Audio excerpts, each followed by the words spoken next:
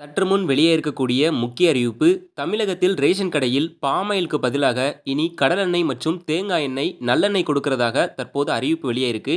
நீங்க இப்போ தான் நம்ம சேனலை புதுசா பார்க்குறீங்க அப்படின்னா மறக்காம சப்ஸ்கிரைப் பண்ணிக்கோங்க. அப்பதான் இது போன்ற பயனுள்ள தகவல் உடனுக்குடன் கிடைக்கும். சரி, வாங்க வீடியோக்குள்ள போலாம். தமிழகம் முழுவதும் இருக்கக்கூடிய ரேஷன் கடைகள்ல மலிவான விலையில பாமாயில் அப்படிங்கிறது கொடுத்துக்கிட்டு இருக்காங்க. ஸோ இனிமேல் பாமாயில் வேண்டாம், அதுக்கு பதிலாக கடலெண்ணெய், தேங்காய் எண்ணெய் மற்றும் நல்லெண்ணெயை கொடுக்கணும்னு சொல்லிட்டு திருவண்ணாமலை மாவட்ட ஆட்சியர்கிட்ட கோரிக்கை பார்த்தீங்கன்னா வச்சிருக்காங்க. இது மட்டும் கிடையாது. தேசியமயமாக்கப்பட்ட வங்கிகள் மற்றும் கூட்டுறவு சொசைட்டிகளில் பார்த்தீங்கன்னா விவசாயிகள் வாங்கின பயிர்க்கடனை தள்ளுபடி செய்யணும். ஆடு மாடு வளர்ப்புக்காக வாங்கின பயிர்க்கடனை தள்ளுபடி செய்யணும்.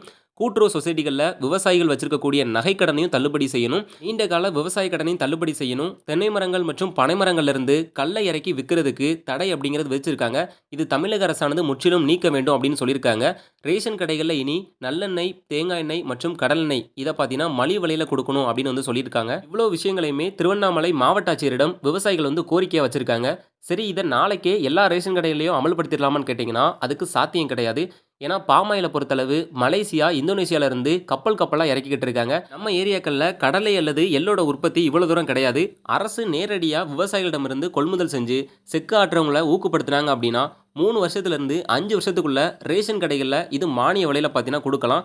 ஏன்னா ஏற்கனவே வழங்கக்கூடிய பாமாயில் பார்த்தீங்கன்னா அரசு 80 ரூபாயிலிருந்து 90 ரூபாய் வரைக்குமே வாங்கி நமக்கு மலிவு விலையில் குறிப்பாக 25 ரூபாயில் பார்த்தீங்கன்னா கொடுத்துக்கிட்டு இருக்காங்க. இப்போ நல்லெண்ணெய் மற்றும் கடலெண்ணெயை உற்பத்தி பண்ணுறாங்க அப்படின்னா சுத்தமான 1 லிட்டர் எண்ணெய் எடுக்கிறதுக்கு அரசுக்கு 200 ரூபாயிலிருந்து 250 ரூபாய் வரைக்குமே செலவாகும். இப்போ தமிழகத்தை எடுத்துக்கிட்டிங்கன்னா 2 கோடிக்கும் மேற்பட்ட ரேஷன் அட்டைகள் இருக்குது. இப்போ ஒரு மாதத்துக்கு பாமாயில் கொடுக்கறதுக்கு 150 கோடி ரூபாய் செலவாகுது அப்படின்னு சொல்கிறாங்க. இந்த நிலமையில நல்லெண்ணெய் மற்றும் கடலெண்ணெயாக மாற்றினாங்க அப்படின்னா ஒரு மாதத்திற்கு 500 கோடியிலிருந்து 600 கோடி ரூபாய் வரைக்குமே செலவாகும் அப்படின்னு சொல்கிறாங்க. இது பட்ஜெட்டில் பார்த்தீங்கன்னா பெரிய அளவில் மாற்றத்தை ஏற்படுத்தும். விவசாயிகள் அவர்களுடைய லாபத்துக்காக சொல்லலை, மக்களுடைய ஆரோக்கியத்துக்காக சொல்கிறாங்க. இதில் 2 வழி இருக்குது. ஒன்று வழக்கம் போல் பாமாயில் வாங்குறது. இரண்டாவது பார்த்தீங்கன்னா கடலெண்ணெய் மற்றும் தேங்காய் எண்ணெய் வேணும்னா கூடுதலாக 50 ரூபாயிலிருந்து 70 ரூபாய் வரைக்குமே கொடுக்குற மாதிரி இருக்கும். கடையில் போயிட்டு 250 ரூபாயிலிருந்து 300 ரூபாய் வரைக்குமே கடலெண்ணெய் வாங்குறதுக்கு அரசு மலிவு விலையில் 100 ரூபாய்க்கு கொடுத்தாங்க அப்படின்னா அது மக்களுக்கு பார்த்தீங்கன்னா பெரும் உதவியாக இருக்கும். அவர்களுடைய ஆரோக்கியத்தையும் பார்த்தீங்கன்னா ஊக்குவிக்கும். ஸோ அதனால் அரசு பார்த்தீங்கன்னா இதை பரிசீலித்து மறுமுடிவு பார்த்தீங்கன்னா எடுப்பாங்க.